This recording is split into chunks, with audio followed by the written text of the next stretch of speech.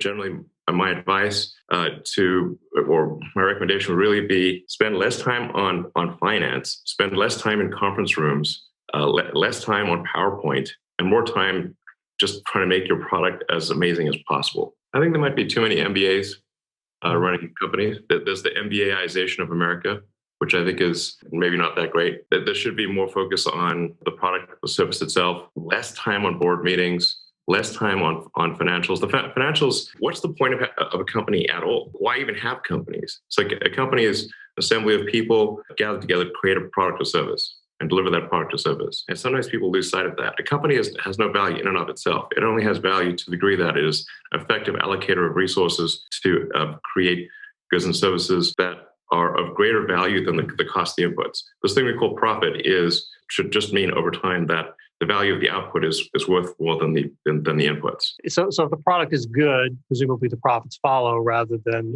profits being involved versus profits. I just earnestly would recommend to anyone listening, just spend less time in meeting rooms, less time on PowerPoint presentations, less time on a spreadsheet, and more time on the factory floor, more time with customers. And obviously a lot of people out there are already doing that, but I would just urge people to say hey, step back a second and say, is your product as awesome as it could be? Probably not. What could you do to make it great? If you think about innovation, maybe it has to be breakthrough innovation. I don't think it necessarily has to be breakthrough innovation. It's just make your product better. This is the thing that really matters. Is that kind of product mindset that the kind you described, is that learnable? I think it is learnable. Step number one would be try.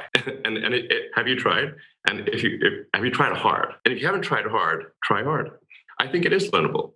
Basically, just be an absolute perfectionist about the product that you make, the service that's provided. Seek negative feedback from all quarters, from customers, from people who aren't customers. Hey, okay, what can we make this? How can we make this better? It's absolutely learnable. If you find yourself spending a lot of time getting presentations and reviewing spreadsheets, you're barking up the wrong tree. That's the effect, not the cause. Get out there on the factory floor. Get out there in the stores. Talk to customers. Think about what would you love to have. And sometimes I think, and I've had this conversation at Tesla a few times. We try to think we don't love this product, but we think others will love it. That's not really how it works. If you don't love it, don't expect others will either.